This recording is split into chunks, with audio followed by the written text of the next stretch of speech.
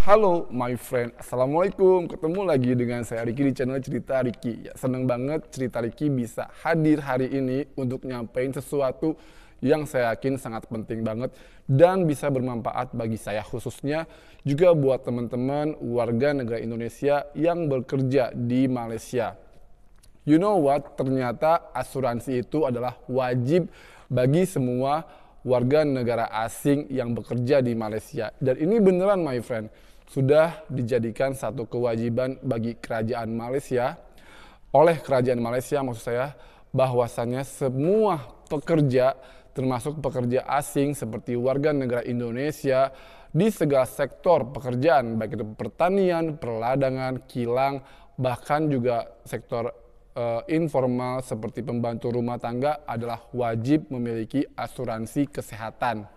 Hal ini sangat penting banget karena resiko kerja yang kita tidak bisa prediksi dan juga kondisi kesehatan yang tidak bisa kita prediksi, sehingga sangat perlu banget untuk kita menjaga agar tidak terjadi sesuatu yang diinginkan, seperti misalkan biaya pengobatan yang sangat mahal di Malaysia.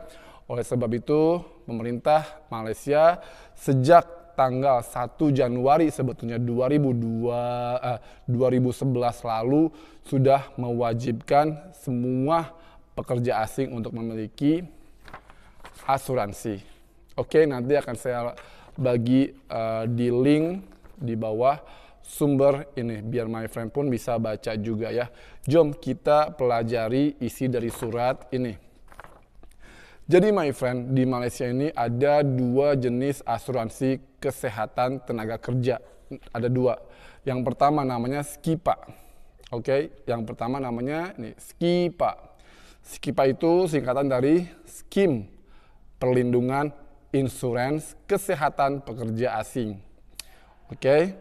Kemudian yang kedua namanya SKHPPA, yaitu Skim Kemasukan Hospital dan Pembedahan Pekerja Asing. Bedanya apa? Kita akan bahas bareng-bareng di channel Cerita Riki.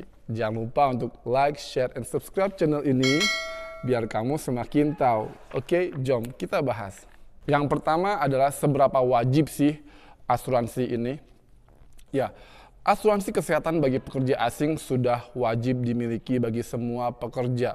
Of course, di sini maksudnya adalah pekerja yang memiliki permit bekerja. Karena kenapa?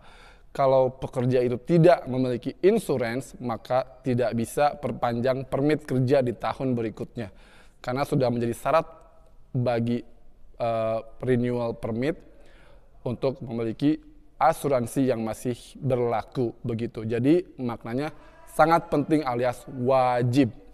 Oke. Dan si asuransi ini harus mengcover 10.000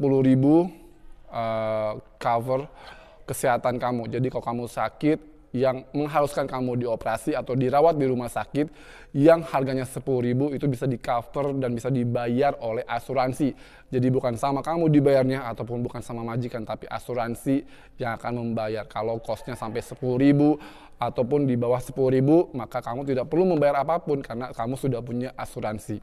Dan asuransi kesehatan tenaga kerja ini hanya Rp120 aja per tahunnya. Gak terlalu mahal my friend, demi kesehatan kita semua pekerja di Malaysia. Kemudian siapa yang harus bayar asuransi ini? Nah, ini penting. Pemerintah Malaysia sudah sepakat bahwa izin Pak. Oke, bahwa untuk sektor seperti perladangan dan juga pembantu rumah, maka asuransinya itu wajib ditanggung oleh majikan. Oke, jadi untuk pekerja pembantu rumah, maid, ART, ataupun juga perladangan, maka biaya asuransinya itu ditanggung oleh majikannya. Kemudian untuk sektor-sektor lain di luar ladang dan juga pembantu rumah, itu biayanya bisa dibicarakan. Tidak ada kewajiban majikan untuk membayar, tapi bisa dibicarakan dengan pekerja apakah mau bayar oleh majikan ataupun juga mau setengah-setengah majikan dan juga pekerja. Ataupun kalau majikannya baik, ya cincai lah ya. Kemudian buat majikan nih yang memang tidak mau membayar asuransi pekerjanya di luar sektor med dan juga perladangan, sebelum mereka memotong gaji pekerjanya untuk urusan insurance, mereka harus mendapatkan kebenaran dulu sebelum memotong gaji kamu ke JTK. Jadi majikannya nih, contoh kalau misalnya pertanian ataupun juga kilang, majikannya nggak mau bayar insurance dan maunya pekerjanya yang bayar, kemudian majikannya membayarkan dahulu dengan niatan akan dipotong gaji di bulan berikutnya. Nah, sebelum memotong gaji, ingat nih, para majikan harus sudah mendapat izin dari Jabatan Tenaga Kerja Malaysia. Oke, paham ya? Paham, jadi nggak bisa semena-mena memotong gaji begitu aja tanpa ada persetujuan atau kebenaran dari Jabatan Tenaga Kerja Malaysia. Oke, bisa dipahami ya. Kita mau bahas tentang Skipa asuransi dengan SKH-PPA. Bedanya apa? Oke, buat pembantu rumah nih, majikan-majikan ya, halo, ingat ya, kalau Anda punya pembantu rumah, ingat loh, harus dibuatkan asuransi.